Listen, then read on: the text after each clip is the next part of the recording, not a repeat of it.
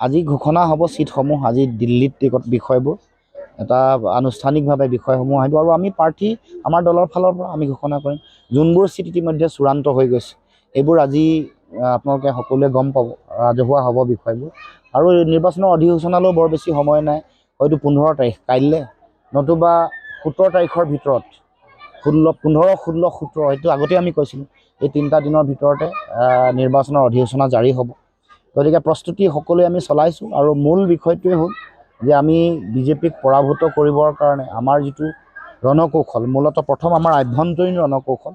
আৰু তাৰ পাছত জনগণৰ মাজলৈ আমি লৈ যাব লগা বাৰ্তা আমি কিয় বিজেপিৰ উৎখাত কৰাটো আমি বিচাৰিছোঁ কিয় আমি বিৰোধী ৰাজনৈতিক শক্তিসমূহ ঐক্যবদ্ধভাৱে আগবঢ়াৰ কথাটো আমি কৈ আহিছোঁ এই সকলো কথা বতৰা বিশেষকৈ যিবোৰ বিষয় আছে জাতীয় বিষয় মৌলিক বিষয় সাধাৰণ জনগণৰ জীৱন জীৱিকাৰ লগত জড়িত হৈ থকা বিষয় এইবোৰ বিষয়ক লৈ জনগণৰ মাজলৈ যাম আৰু আমাৰো কি সপোন আছে কেনেকৈ আমি চৰকাৰ গঠন কৰিলে আমি কোন বিষয়সমূহ আমি মূল বিষয় হিচাপে লৈ আগবাঢ়ি যাম সেই সম্পৰ্কতো জনগণক আমি বাৰ্তা দিব লাগিব এটা স্পষ্ট দৃষ্টিভংগী পৰিকল্পনা এটা ভিজন জনগণক আমি দাঙি ধৰিব লাগিব এই চিন্তাৰে আমি আগবাঢ়িম নিশ্চিতভাৱে বিৰোধী ৰাজনৈতিক দলসমূহৰ মিত্ৰতাৰ যেতিয়া কথা আহিব মিত্ৰতা মানে এৰা ধৰাৰ মাজেৰে চলিব লাগিব সমন্বয়েৰে আগবাঢ়িব লাগিব এইটো নিশ্চিতভাৱে আমাৰ এইটো দায়িত্বৰ দায়বদ্ধতা আছে আৰু এনেকুৱা ধৰণৰ বিৰোধ থাকিব ডেফিনেটলি কাৰণ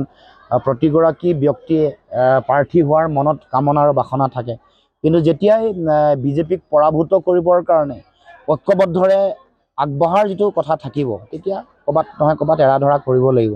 আৰু এইটো মিত্ৰতাৰ এটা ধৰ্ম গতিকে আমি ভাবোঁ যে সকলোৱে কথাবোৰ নিশ্চয় উপলব্ধি কৰিব আমাৰ মূল লক্ষ্যটো বিজেপিক পৰাভূত কৰা যিটো লক্ষ্য সেই লক্ষ্যত ধাৱমান হ'বলৈ আগবাঢ়িবলৈ হ'লে অকণমান কিছু এৰা ধৰা কিছু খং ক্ষোভ নিজৰ আৱেগ বা ইগ' এইবোৰ পৰিহাৰ কৰি আমি সকলো আগবাঢ়িব লাগিব আপুনি বিচৰা বাতৰি পাব কেৱল নিউজ 18 এপত নিউজ 18 এপ ডাউনলোড কৰিবলৈ স্কেন কৰক এই QR কোড গুগল প্লে ষ্টৰতো পাব এই নিউজ 18 এপ